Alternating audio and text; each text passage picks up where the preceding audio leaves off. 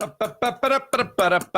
into the show, everybody. This is the Farzy Show, presented by our dear friends at MyBookie, mybookie.ag. Still in glow. I'm still in my afterglow stage right now of the James Harden trade finally happening, because that cloud is no longer over our heads. And we're going to get into the top 5 things about that trade. And I was thinking about it yesterday, and I was like, there's a multitude of things that are great about this trade. Wrote them down, going to present them to you today. 5 best things about the James Harden trade. So beautiful. Sean Desai yesterday got into Hassan Reddick, the closer of the Philadelphia Eagles. That's something I've been referring to him as over the last couple of weeks, and actually got mentioned yesterday during the press conference. I think it was Dave Zangaro that asked the question about Hassan Reddick. Just coming into the fourth quarter, multiple sack fourth quarters in the last 6 minutes of the fourth quarter. Just getting the job done. You blink, he gets a cast off his hand, and all of a sudden he's out there amongst the sack leaders in the NFL. At least in those games since the cast has been off. We'll get into that conversation. We'll get into the conversation about what this Eagles defense is going to do with Kevin Byard and what the expectation is going forward. And how about this? What if I told you that the trade deadline was going to come and go in the NFL? And on that day, yesterday, trade deadline in the NFL. What if I told you that there had, it was the second busiest day within a season since 1990, okay?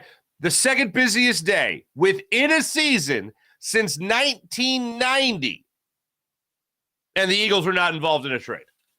What if I told, that is not Howie Roseman. And guys that supposedly the Eagles were interested in, or the Eagles were at least interested in kicking the tires on certain players, they're definitely interested in the position, got moved. And all that happened yesterday. And the Eagles, no, they're fine. Kentavious Street got moved. All right? Kentavious Street got moved, but that was the day before the deadline. Here's where we're at as of yesterday, okay? Chase Young goes to the 49ers for a third-round pick. He teams up again with Nick Bosa. Former Eagles cornerback Rasul Douglas, he gets moved yesterday. So the Eagles were looking for supposedly for cornerback depth. Apparently not. Donovan Peoples-Jones goes to the Lions. Guard Ezra Cleveland goes to the Jaguars. And Montez Sweat goes to the Bears. So the now Montez Sweat cost a second-round pick. Chase Young cost the third-round pick, so he's with, like I said, Nick Bosa now. Sweat goes out there to the Bears, and the Eagles, who could have used some more help with the edge rushing situation, no, they're good. They're good. Instead, Chase Young goes to the 49ers. Helps out that defensive line like they need it. And I would have given up a third-round pick. I mean, the Eagles can't forget the Eagles have a bevy of picks next year. And we also can't forget that if Howie's going to be making moves, Howie's going to be making moves to acquire picks as well. So you talk about a third-round pick, I'm fine with it. I'm fine with it. I found it interesting that not only were there a lot of moves yesterday, not just the quantity, but the specific people moved. The positions moved yesterday. Eagles supposedly were after some offensive line depth. Didn't get it. Eagles supposedly were after some defensive line depth, specifically at the end position, edge rusher position. Didn't get it. Very surprised. I wasn't surprised that they didn't get a linebacker. I wasn't necessarily surprised that they went after a running back. When I listed the things off yesterday, the things I thought or positions the Eagles would be going after, I thought those would at least be the positions that they'd be kicking the tires on, so to speak. I am just surprised that Howie Roseman didn't get anything done. Very surprised, especially when you do consider the quantity of picks, not just the quality, but the quantity of picks, trades made yesterday, players acquired, players dealt. The Eagles are sitting on the sideline for it. The Eagles are at 7-1. I'm not freaking out over no deadline moves. All I'm saying is I am surprised. I am very surprised to see that. We'll start it off with the Eagles today, so we'll keep it right here. You have a time of reflection. Play the Cowboys this late in the season, little time of reflection. And I'm going through the season and thinking about what could be done different. And if I was to change one thing from the first 8 games of the season to right now, wave a magic wand, it would go back to Hassan Reddick. And it wouldn't necessarily be anything different with him. It wouldn't be like, oh, he's got to sit out first couple weeks of the season. No. I really think about it. And if I could change one thing with this team, imagine having Hassan Reddick on all cylinders, healthy.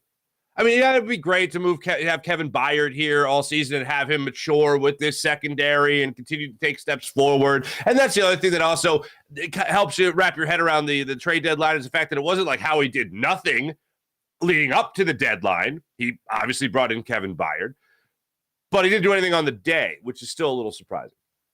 But back to Hassan Reddick. If I could give Hassan Reddick a healthy hand, a healthy thumb from the start of the season to now, I feel like this defense would look a lot different. And I know even when he's been healthy, you've seen teams put up points, like the Commanders put up 31 points this time around on you. So that definitely is not exactly a great thing. But Hassan Reddick has been such an impact player since being here. Since his first year with the Eagles last year, now in his second year here, he has been a phenomenal impact player and a guy that should be getting consideration, especially last year, for Defensive Player of the Year. And when you get him back to 100% healthy, he immediately shows you that he can have that kind of impact on a game. Multiple sack games, as I mentioned, and being able not just to get those sacks, but get them in clutch moments when you need your defense to come up with stops, when you need to kill all momentum. He's out there bringing down the quarterback when they're trying for their last-minute desperation heaves, their last-minute desperation plays. Hassan Reddick is right there to slam the door shut on him, and he's done it time and time again. And yesterday, Sean Desai was asked about Hassan Reddick and what he brings to the table as that quote-unquote closer. And again, this is NBC Sports Phillies.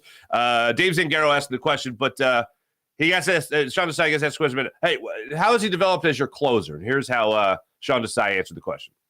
You guys? Again, I don't know what he's turned into. I think I just know the mentality that he's had. And I think, like I said, a lot of those guys up front, they want to have that mentality that when it's time to go, they want to go. And that was a game there where it was frustrating on a lot of levels, where they were getting the ball out so quick. And then when we had a chance to put our guys in some positions to go make some plays, and, he was one of them that did a great job. And we had a lot of other pressures that kind of didn't maybe show up on the sacks sheet. But, we impacted the guy a little bit there. And, we'll continue to get better there. So I think Hassan's done a great job of embracing that role. Here's what's amazing. So he's got 6.5 sacks now on the season. He's had the cast off for four games. 6.5 sacks on the season. Leads the team. Just like that. Leads the team. Here's the way it breaks down sack-wise for the Eagles. You have Hassan Reddick with 6.5, Josh Sweat with 5.5, Jalen Carter 3.5, Nicholas Morrow 3, all coming in one game. Jordan Davis has 2.5, and then Nolan Smith, Marlon Tui Pelotu, and Fletcher Cox each have 1. Milton Williams, Brandon Graham have a half a sack this season. This is what's even – so he leads the team in sacks, and now he is second already in tackles for loss. Nicholas Morrow leads that pack with 8. Hassan Reddick has 7. Just like that. You blink, and it's all coming in the fourth quarter for Hassan Reddick. It is spectacular to see the type of immediate impact he has had since he can return to 100%. I'll say 95, because nobody in the NFL is 100%. 95% healthy. That's the way it is for Hassan Reddick. And I love to see that kind of impact from that guy. So if I could change one thing about the first 8 games of the season, other than the fact that you lose to the Jets, other than the turnovers, but from the start of the season to now, it would be healthy. Yeah, if I had a magic wand, I'd definitely go back and change the turnovers of the Jets game. But in terms of the start of the season to now, that's what I would change. Because I also don't think that you're losing that game to the Jets either, by the way, if you have Hassan Reddick firing on all cylinders. I think you're in a little bit of different standing after that.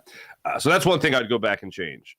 The other thing that you can certainly look at is maybe addressing the safety position a little sooner, like the offseason. The Titans weren't going to be in sell mode. So that's the thing. The Titans weren't going to be in sell mode from the start of the year. The Titans were going to just, let's see how this year goes. And it's not going great. So all of a sudden, Kevin Byard gets dealt. And Kevin Byard comes to Philadelphia, where he teams up yet again with A.J. Brown. And A.J. Brown says, hey, man, it's a little different here. You're a winner now. Welcome to the party, pal. Not a great game. Didn't have a breakout play. Almost had an interception against the Commanders, did Kevin Byard. But still, I think he's going to be a sight for sore eyes in the secondary. Plus, the one thing that this does indirectly is it allows you to use Sidney Brown as that heat-seeking missile they were talking about in the preseason.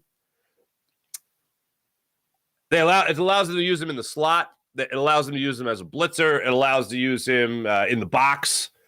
I love that. And if you can channel what that young guy does best right now, and you can unleash the fury that is Sidney Brown with still having help at the safety position with Kevin Byard, a two-time All-Pro, by the way, I think that is tremendous for this defense.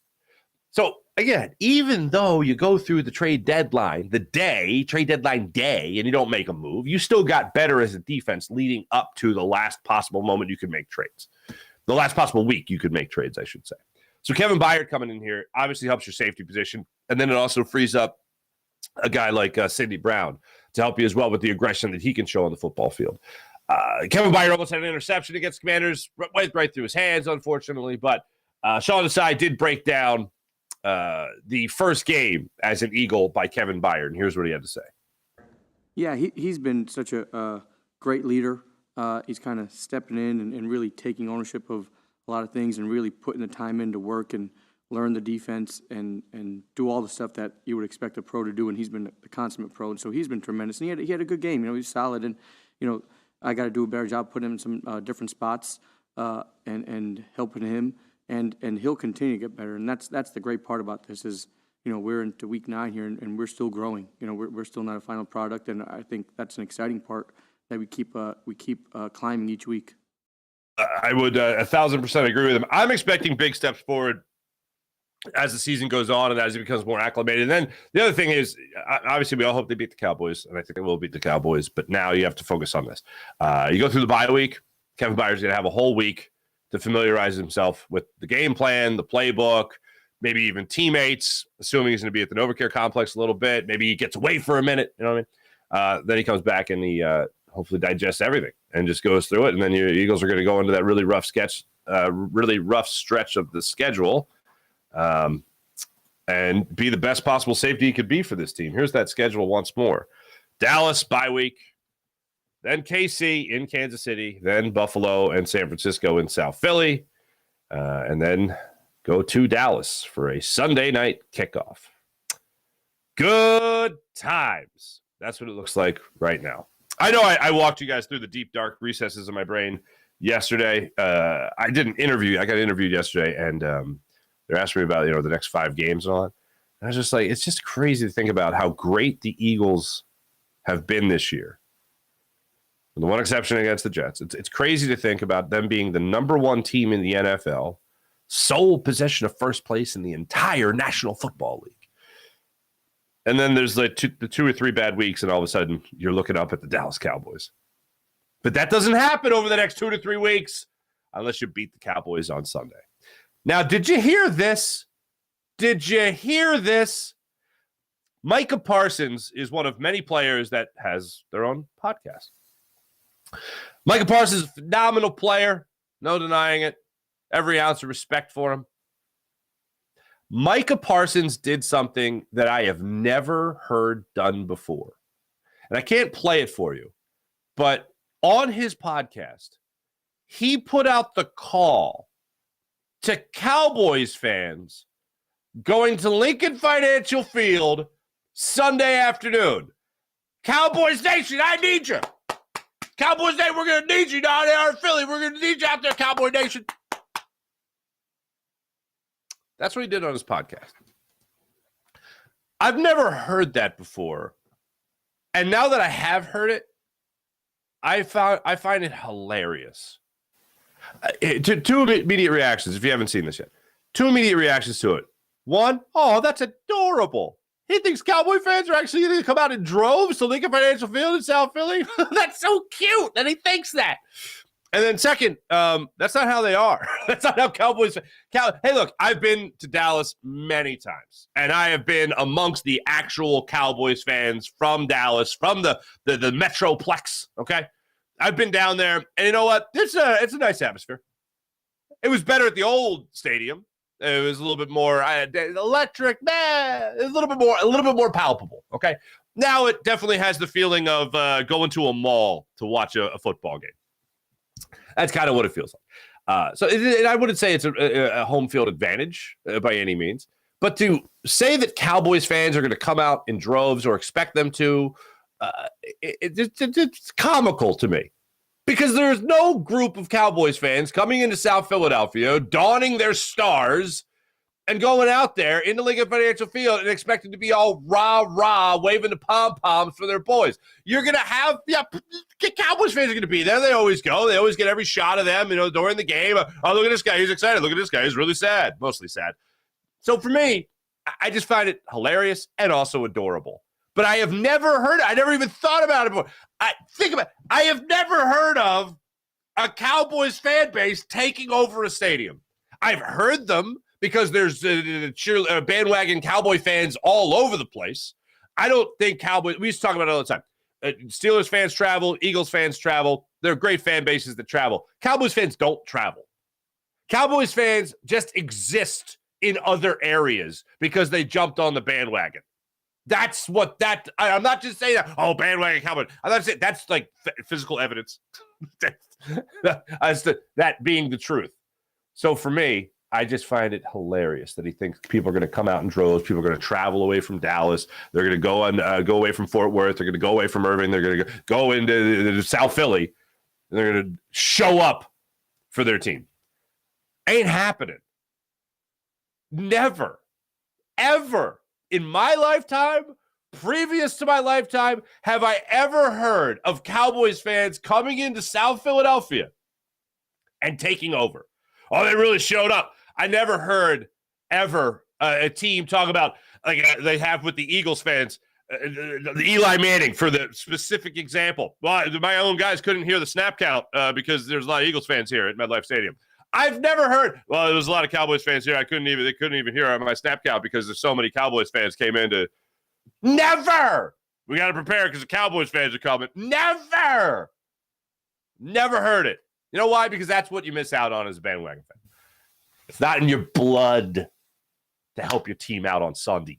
It's not in your blood.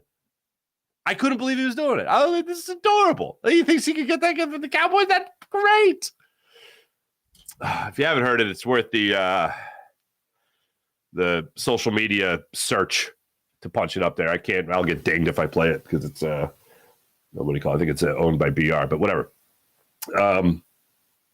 It's worth a chuckle. If you want to start your day off with a little bit of a chuckle after the show, just punch that up for yourself and enjoy it. Be like, oh, he's so cute with his thoughts and his thinking. With that being said, I respect the hell out of him. He's a hell of a football player. Yeah. So moving on. I was a little disappointed yesterday with Sean Desai. We didn't get an update as to whether or not Jalen Carter is feeling better. The last we heard was from Nick Sirianni yesterday, 2 days ago now, saying that Jalen Carter was feeling better, that Jalen Hurts was feeling better. Jalen Carter has the back issue. Hopefully a little hot tub gets him going. I did see him. That's also worth a search as well on the social media. The Eagles rookies all dressed up for Halloween. Pretty adorable. I couldn't make out what Jalen Carter was. I couldn't make out. All I know is there was one guy dressed up like a very sad Batman. Like he wanted to be Superman, but his mom had already bought the Batman suit, so he had to be Batman. That was the kind of thing that's what it looked like. Jalen Carter, obviously the Eagles are going to need to be healthy for this game. I think he's playing. I said as much yesterday that he's going to be playing, so I'm looking forward to that. Kevin Byard's maturation, I've said that. Hassan Reddick, obviously.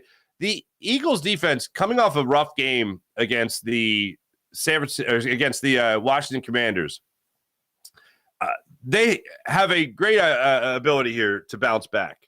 They have a great opportunity here to bounce back and not have those bad games in a row. It's happened throughout the season where we've seen some bad games, but ultimately when push comes to shove, they're able to come up with that stop or they're able to come up with that interception. They're able to force that turnover. They're able to get the sacks, like I mentioned earlier, with 6.5 sacks coming from Hassan Reddick. It's great. But in this game in particular here against the Cowboys, they're going to need every ounce of that. And this is one of those games, unfortunately, that we talk about throughout the season. When the Eagles are 7-1, when the Eagles are 5-0, whatever. When the Eagles are going through their great swings, we always talk about those games against upper echelon teams. The Dolphins, there's an example of that.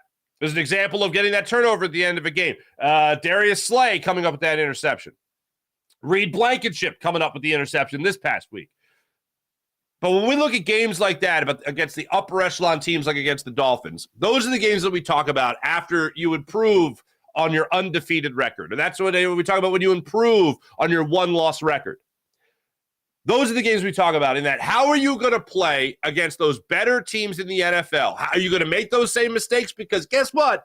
You can't make those same mistakes. You can't have 3 turnovers. You can't have 3 interceptions. You can't have 4 turnovers. You can't continue to lose the turnover battle. Sure, you can get the big play at the end of the game to help solidify your win and get that big turnover, but you can't continue to lose the turnover battle. You can't continue to have problems in the red zone if you're the Philadelphia Eagles and expect to win against teams like the Dallas Cowboys, who, although might not be upper echelon like the Dolphins or the 49ers, still, when it comes to a divisional game against a good team, that is a, for lack of a better term, upper echelon matchup. It's not a NFC championship possibility, not the way I look at it, but it is definitely a game where the stakes are higher, especially when you're trying to really separate yourself from the rest of the pack. And you look at the team that really has the biggest threat at beating you in the NFC East, and this is no surprise because this was all the talk before the season. Who's the biggest threat? Well, obviously it's the Cowboys. Giants were never a concern. Washington was never a concern. It's the Eagles, and it's the Cowboys. Simple as that.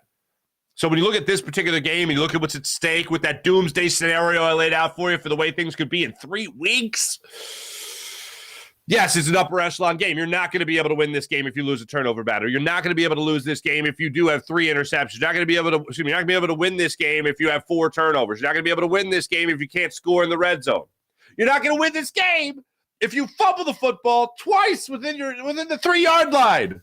That's 14 points you're leaving out there on the board. Not going to happen. This is a team that's not going to allow those kinds of mistakes. Defensively, especially. Offensively, here's the saving grace of it all. Offensively, they can give you the football a couple times. That's the best part about it. You might not even lose the turnover battle if you have a couple turnovers. You might actually draw even. That was a little saving grace I had while watching this Cowboys team throughout the year, especially in the games that they've got roughed up. Those 2 losses against the Cardinals there, and then losing to the 49ers. You could cause some problems there for Dak Prescott and the Cowboys. It's going to be I as of right now, during that interview yesterday, it got me thinking because I was asked for my prediction, and I'm like, on a Tuesday, it's difficult to give you a prediction for Sunday. I haven't seen the first injury report yet and all that.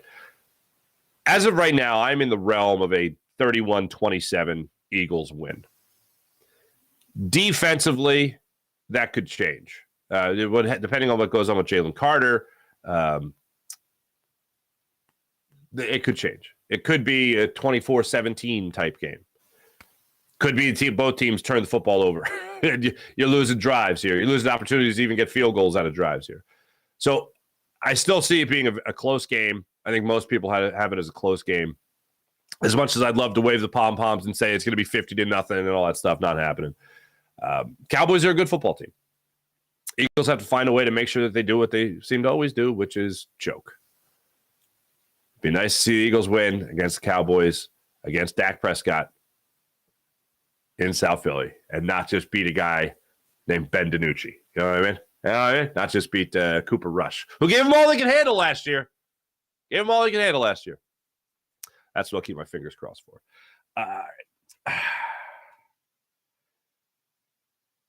Let's get into this conversation here regarding the 76ers and Tyrese Maxey. First, let's hear from Maxey. This is Maxey yesterday at practice. I didn't see who got this, but you could see it. I left his name in there. This is Tyrese Maxey talking about how he texted. By the way, let me just apologize for a second. I don't know why. It's not even for me. It's basketball. I don't know why when NBA teams, this isn't just a Sixers thing. This is an NBA-wide thing. I don't know why NBA teams have their players do media hits from the court during practice.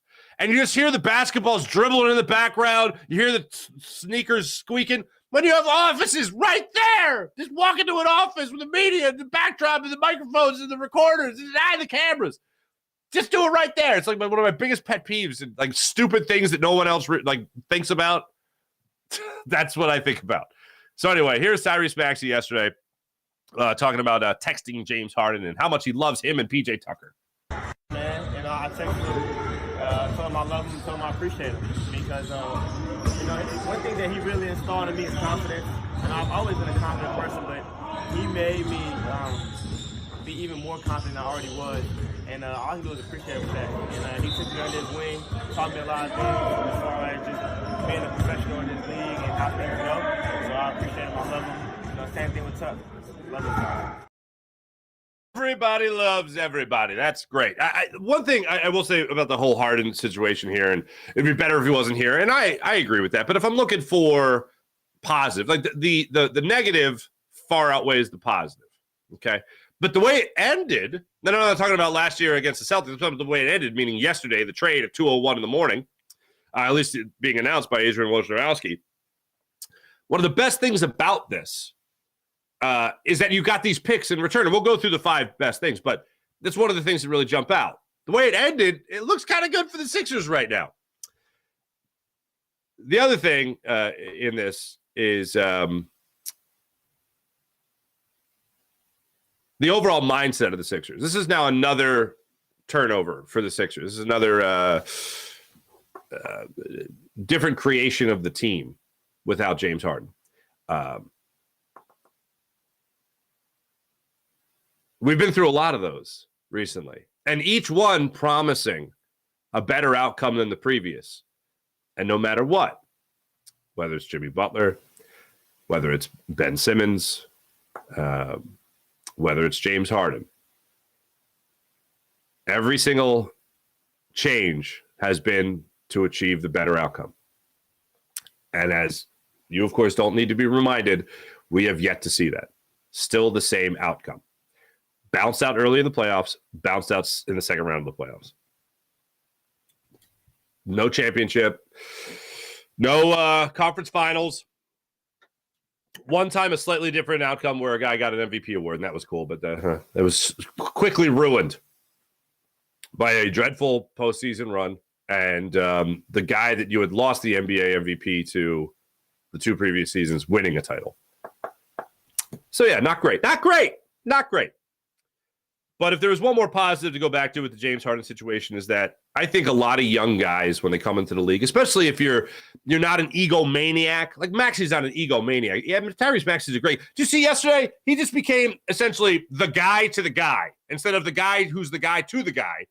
He's no longer the assistant to the regional manager. Now he is the assistant regional manager. You understand what I'm saying? And you know what he did? He went out and he gave candy to kids for Halloween. Big event. Beautiful. Did you see the pictures of that? It was great. But a lot of times the young guys come into the league and they kind of need a veteran to, put their arm around them and just say, hey, you're good. Do you know how good you are? You're good, man. You need to get after it out there. You need to be more aggressive. And that's what he talked about. You just heard it there with James Harden, and how we talked about James Harden was that guy for him. He'd always been a confident player. But James Harden's influence and support helped him take it to the next level, the level he needed to be at if he was going to be an NBA all-star. So, and I think he's well on his way to doing that in the early goings of the season. 1 week, 3 games into the season, I think he's well on his way to doing it. But I think that is a positive to take out of this. The other thing is now where the team goes with this new makeup. And Tyrese Maxey channeled his inner Jalen Hurts, and here's what he had to say. Group, this organization, this team, we've been keeping the main thing. So it's like, it's another step in the right direction, I guess. I mean, we've been playing together. Everything's been going well. The flow's been well. The organization's been great. The team believes in us. The coaches believe in us. So everything's going great. Everything's going fantastic. Well, yeah, you're 2-1 on the season. You're already an Eastern Conference Player of the Week.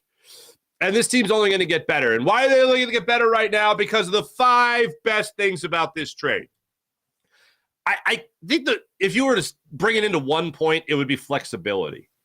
And I hate that because it makes me think of optionality. But to go through it right now, go through 5 things here. Number 1, and this is from 5 to 1, bench help.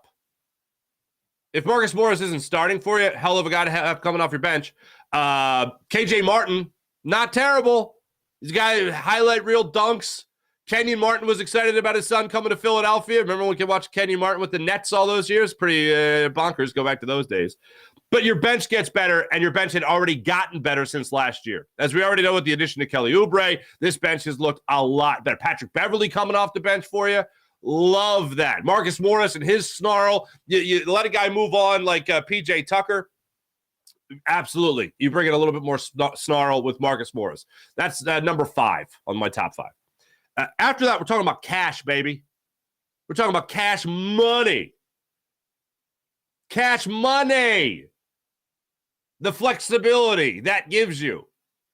Looking at next season, potentially 50, 65 million. That's a wide range. From Adrian Wojnarowski talking about what the Sixers will have to spend in free agency next year. You went to a P.J. Tucker deal that was crippling and a James Harden deal crippling to getting expiring contracts.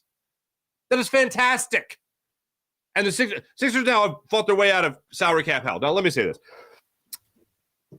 I don't like the scenario in, let's say, football, okay, where a quarterback can throw 5 interceptions in the first half and his team is losing. And then in the second half, he absolutely lights it up and be like, oh, wow, so-and-so really helped you come back in this game. What an amazing comeback engineered by. I was like, no, they're part of the reason they were in that hole because of this guy. So if anything, forget about all the praise. He broke even at the end of the game. Daryl Morey and some of his trades and some of his spending have kind of led you into that. So I'm not about to deem Daryl Morey a genius generally right now and go, oh, he's a genius. But just judging this one move because of the cash and because of Daryl Morey helping you, putting you in the situation you were in. Oh, and also now having to dig yourself out of the James Harden scenario that, of course, Daryl Morey got you into. I'm not going to wave the pom-poms for Daryl Morey and be like, oh, it's something brilliant. No, but this is a very good trade. I love this trade. This trade is a great trade by Daryl Morey. This trade. So understand what I'm saying? Bench help, cash. Cash is great. Cash is king. Number 3 here. The Maxey growth is absolutely fantastic. And spoiler, it's number 1. And I told you yesterday it was number 1.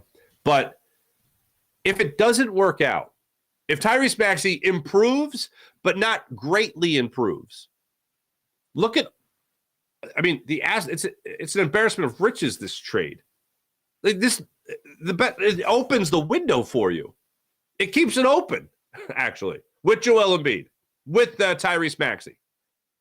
And now if it doesn't work out with Maxey, point 3 here, if it doesn't work out with Maxey in terms of he doesn't grow to the spot that you thought he could, which I don't see. I see him doing it. But if he doesn't, you now have all these assets to go out there and get another star. Maybe you can go out there and get a guy like Zach LaVine. Maybe you can go out there and you can continue to add to this roster to your starting 5 with impact players. That will be a better fit. And maybe have a little bit of a better attitude around these parts, more so than a guy named James Harden. So that flexibility that comes in here is fantastic. Where if it doesn't work out, you have a little bit of a fail-safe here. Also on that note, and it bleeds into number 2, let's say that after this year, Joel Embiid is pissed off again. He doesn't like, not pissed off again, but he's pissed off. Philadelphia sucks. Everything sucks, and he wants to be moved on, and he gets to be courted by the Kings and told how great he is by other organizations that are going to try to trade for him here, and he's not sure about whether he wants to stay in Philadelphia. But also, let's say this. Let's say that this year ends with great optimism. Let's say that this year ends, even though I still think it ends the same way, bottom line, where you lose in the playoffs. But let's say where we actually see a playoff run by Joel Embiid where he looks fantastic from start to finish. He doesn't look beat down. He doesn't look unhealthy. He doesn't look like he's out of shape. He looks strong as hell. Let's say that happens. All the while, Tyrese Maxey is improving. And all of a sudden, oh, wait, hold on a second. One more year of this. Unlikely that we find ourselves in that situation. But let's just say that we want Joel Embiid back, and we don't want the Sixers to trade him for a Rudy Gobert haul and then some, okay? Let's say we want to keep the band together. And maybe Joel Embiid being courted by some other teams kind of, raises his eyebrows a little bit. What if he pulls a Giannis Antetokounmpo? Well, I'm not sure about that extension quite yet. You got to show me that we're going to be able to have guys around here that are going to help us win because I want to win a championship. The Sixers now have that embarrassment of riches. when it comes to first-round picks, second-round picks, and assets on the team right now, where they can flip those picks either now at the deadline or later in the event that Joel Embiid says, maybe I don't want to be here anymore. The Sixers can say, well, okay, we're going to take these 2 first-round picks. We're going to take these 2 second-round picks. We're going to take our second-round picks. And we're going to make sure that we get stars in here for you. All right, well, show me what we can do. Boom, Dame Lillard. That's just the example. Dame Lillard going to Milwaukee. Don't know what that move would be quite yet for the Sixers. But in the event that this season ends the way it has most of the time over the last 5 years, 6 years, the Sixers have enough assets right now to be able to change that in the very near future. If things go bottom up at the end of the year.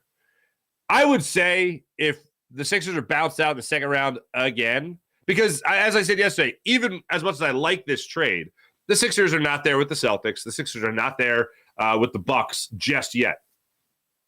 I think they still need more. But with that being said, that means that they're a second-round exit again. So I would find it unlikely that after another second-round exit, we'd even want it all to stay together.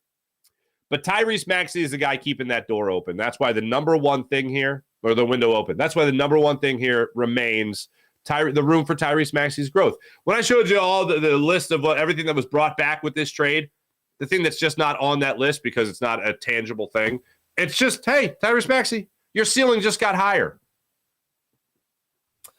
Traded Harden, check. Tyrese Maxey grows. So far, so good. 3 games. And I have no reason to believe that he won't continue to get better as the season goes on. So those are my 5 things right there. When I look at the bench help, I look at the cash, I look at the flexibility, I look at the picks that come back, I look at Maxey's growth, I look at the fail-safe, the safety net. If Maxey doesn't get better, which again I doubt, you now have the ability to go out there. And now, by the way, better means if he doesn't get to the point of being that legit number 2, which I already think he's at, but he has to maintain it. Can't be a flash. He has to continue to improve. That he goes out there and he shows he can be that number 2 to Joel Embiid to help you win playoff games, to help you win and get out of that second round. The Sixers might still need to go out there and get more, and I think they do, but they're in a pretty great spot right now. Because here's the unknown. This isn't on the list, but this is just the unknown. I know what James Harden was going to do here. We all know what James Harden was going to do here. But if Tyrese Maxey's influence, not just necessarily Tyrese Maxey being a potential 30-point per game scorer for a season, it's not just that. It's about how Maxey is with the entire team and the influence it will be, what it'll be like to be Joel Embiid, Tyrese Maxey, Tobias Harris, Kelly Oubre coming off the bench, Marcus Morris coming off the bench. It's going to be about what this entire team does. Nick Nurse is a head coach. Let's not forget that. It's going to be a very different field. Joel Embiid is now the clear-cut elder statesman. It's not responding to PJ Tucker on the court anymore. It's not responding to Jimmy Butler anymore. It's not James Harden's here too. It's not Ben Simmons is here too. This has never been more so Joel Embiid's team than it is right now. As a guy that's going to be looked at as a leader, that's a responsibility he's going to have to take. The leader. You can't be a leader on a team and having a guy like PJ Tucker in your ear trying to motivate you. He is a leader, but he's not the leader. Now he is the leader. Patrick Beverley obviously is going to be very vocal, as we all know. Marcus Morris isn't going to take any, Philly kid like him. And Tyrese Maxey being right there to do more than help at all, but carry it at times. I have never been more excited for the 76ers future than I am right now. I mean, if you go back to Allen Iverson, that was pretty exciting. But I have since the process started is probably the best way to say this. Since the process started, I have never been more excited about what the Sixers have in front of them than I am right now. With the unknowns and all that, never more excited for what the future holds. Jimmy Butler, I was stoked. I was very excited. When Ben Simmons was supposed to be improving, oh man, I was really excited. But right now, I feel like there has been life breathed back into the 76ers and the 76ers fan base when it comes to this trade. Because for me, this doesn't make the window slam shut at the end of this year. It keeps it open. Not just because of Joel Embiid, but because of Tyrese Maxey. I got asked the question the other day about Joel Embiid and whether or not he's past his prime, his best days are behind him. And I don't think that's the case at all. I think what the person was trying to get to was choking in the playoffs. And that can't be denied. He's choked in the playoffs, of course. But in terms of his best days, I think Joel Embiid is in his best days. I think Joel Embiid will be in his best days for another year or two. But even as those skills start to diminish and he has to become maybe more of a traditional center, not necessarily a back-to-the-basket 1990s center, no, but just a little bit more of that, as that happens, you see Tyrese Maxey continue to grow, and then whatever these picks are able to bring you down the line, I think this team, and when I say down the line, I don't mean waiting for 2027 and waiting for 2028 to make first-round draft picks. I mean flipping them now to get assets now, to get talent now, players that are ready to go and help you win now. If you add all that to the mix, then this team's window, it has been, it remains open. It remains open. So that's what I'm looking forward to when I think about this Sixers team. And that's why I'm so damn excited about what they have to offer. Let me tell you right now, something else I'm excited about. That's the great people at MyBookie. MyBookie.ag. If you found a $100 bill on the ground, you want to walk past it, right? So why are you passing up on cashing winners every weekend with MyBookie? MyBookie has the biggest online selections of odds and contests to fill all your sports betting needs anytime, anywhere. So you could turn that sports knowledge you have into cash, cold hard cash in your wallet. Bet on the NFL, MLB playoffs going on right now as well. That postseason, maybe one game left to get involved in that. Maybe more. Doubt it. Probably just one. But you got cash prizes in weekly blackjack tournaments as well, all with MyBookie. If you've been waiting for the right time to get in on all the action, that time is now. Make your winning move today. Sign up at MyBookie and use promo code Farzy. That's promo code Farzy and claim your deposit match redeemable up to $1,000. What? Now $1,000. Sign up at MyBookie. Use promo code Farzy. Again, that's promo code Farzy to claim your bonus. Experience the thrill of sports betting right from the comfort of your home. Bet on anything, anytime, anywhere with MyBookie. MyBookie.ag. Let's get into the chat check and see how you wonderful people are doing on this fine morning. Looking over at JAKIB. What's up, JAKIB people? You beautiful people. What happens to Jeff Kerr and Good Morning NFC East? Oh, they're not doing the show anymore. Jeff Kerr is still a friend of the channel. Jeff Kerr is still a friend of mine. But yeah, he's doing fine.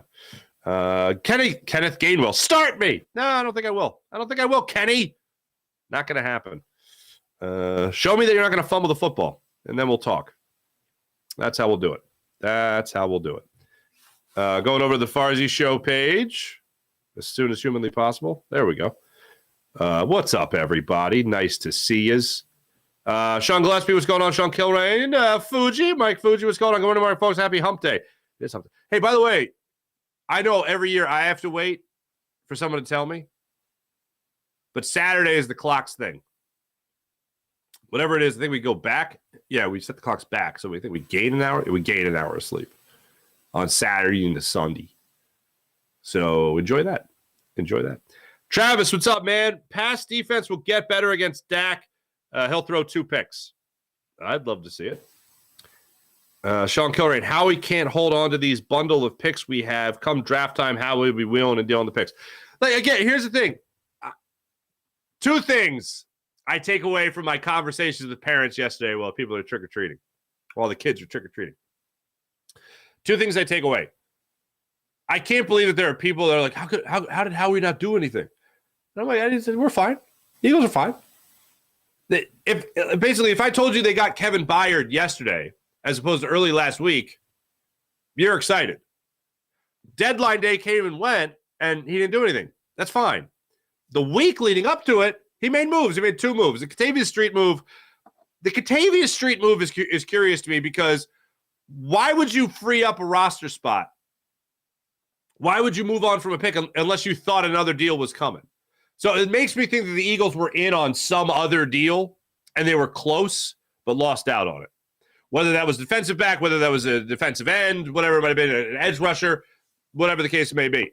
They were in on something and lost out. And that's not something we hear too much about Howie Roseman. That was one thing, is that people were upset that no moves were made. I'm fine. The other thing was the Sixers. People had optimism. It wasn't all doom and gloom anymore. People were excited for the future. And I haven't heard that in a long time with the Sixers. It felt like it's been a long time. Mally, what's up, Mally? We got him. Happy November, 61 days until 2024. Mihai, really? I'm not one that looks forward to the end of the year. I'm just like, all right, I guess I'm gonna. You know why? And this is the God's honest truth. I got to remember that it's 24 and not 23 anymore. I got to be like, oh, writing it down. No, typing it out. Oh, nope, wrong date. But yes, if you're a November person, happy November. Sean Gillespie, good enough. Got enough of these Cowboys fans here already. Met an actual reasonable one last week. Amazing, Sean. They exist in the wild? What? Again, I will say that the Cowboys fans that live here, the vast majority of them know they're not going to the lake. They're not going down there. Are you nuts? They know not to go. The ones, but the Cowboys fans from Dallas, they don't travel. I mean, I'm sure some of them do. Every football fan travels.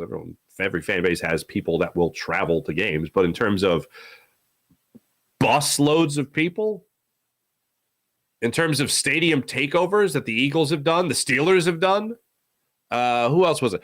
The Falcons did it. What, 3 years ago at FedEx Field? Remember that? That was bonkers.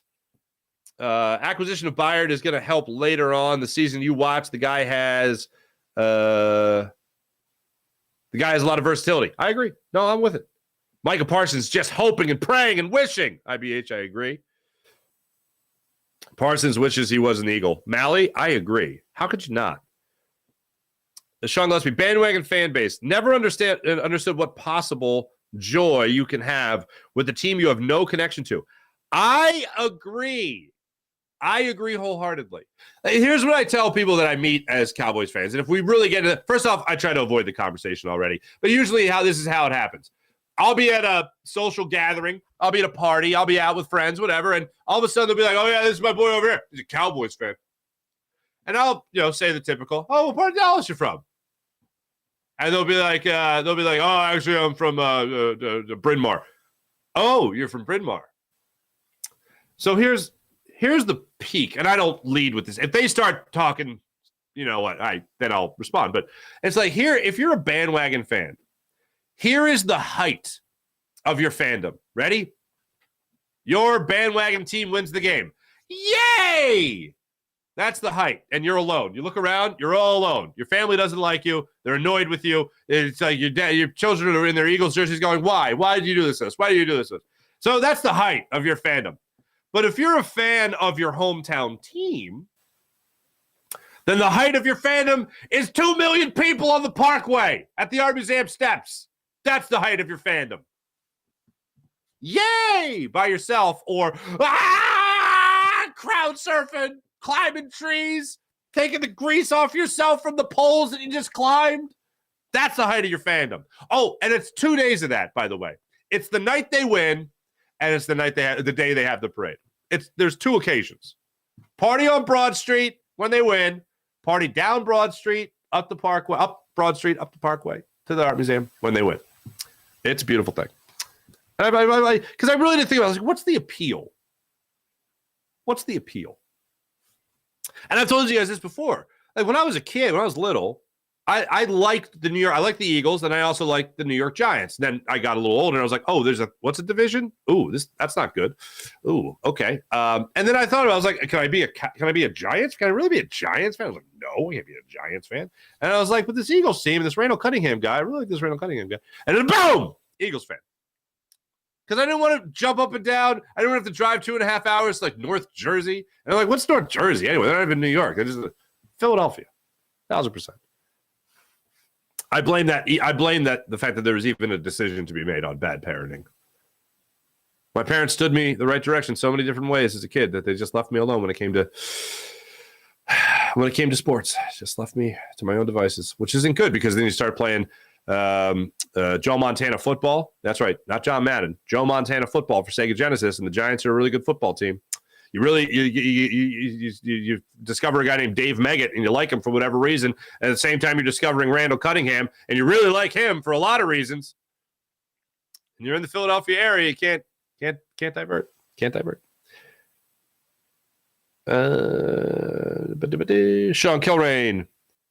Bring it on, Sweat. Micah Parsons, 43 pressures, 6 sacks, 9 hits, 28 hurries.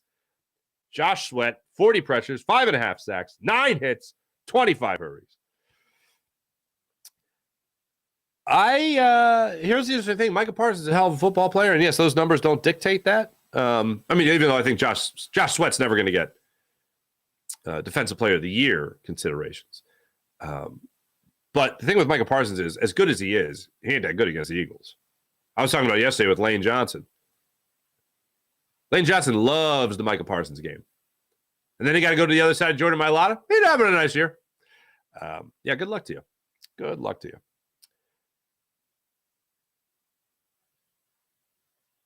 Stats are identical, so bring on the Cowboys. Don't disagree. Any team in the NFC East is dangerous, especially late in the season when you have time to correct mistakes. Sean, I like you. I'm going to disagree with you, though. I am not concerned about the Giants. I'm talking about competing for the division. The Giants, no way. The Commanders, obviously, you don't have to face again. They don't. I told you before the season, I told you this the last 2 years, the Washington Commanders are going to be annoying. It doesn't have the same juice that the Giants or the Cowboys have, but the Washington Commanders are going to be annoying. And looky what we have here. An overtime win, annoying. And then you still have to come back from, what was it, 17-7? 17-3? 17-10, excuse me, at halftime. You still got to come back from that. Annoying. And it's in the end. And last year you lost to him. Mally, I love Harden too. Loved watching him get traded. I saw a Halloween costume yesterday where the kid was dressed up like James Harden, and the kid he had a suitcase that said traded. And his mom said, well, he wanted to be James Harden for Halloween, but now, you got to update the costume, got to update the act. I said, you're the greatest mom ever. You're the greatest mom ever. You win. No kid wins Halloween like you won Halloween, Mom.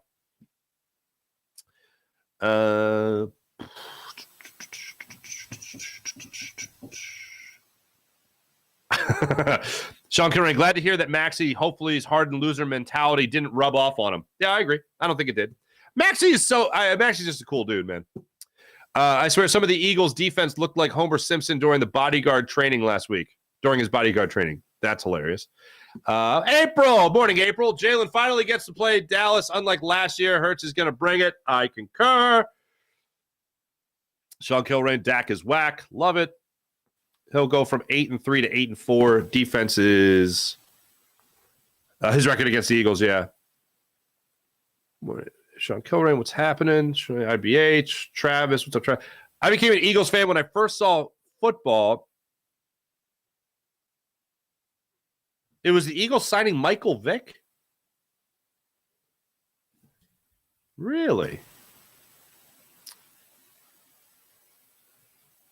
Oh, that's true. IBH, that's true. By moving on from Katavius Street, that opens up a roster spot for Cam Jurgens, who's eligible to come off IR this week.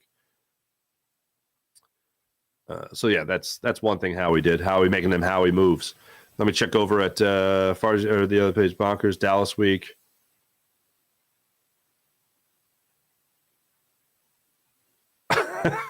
Charles dead. What's up?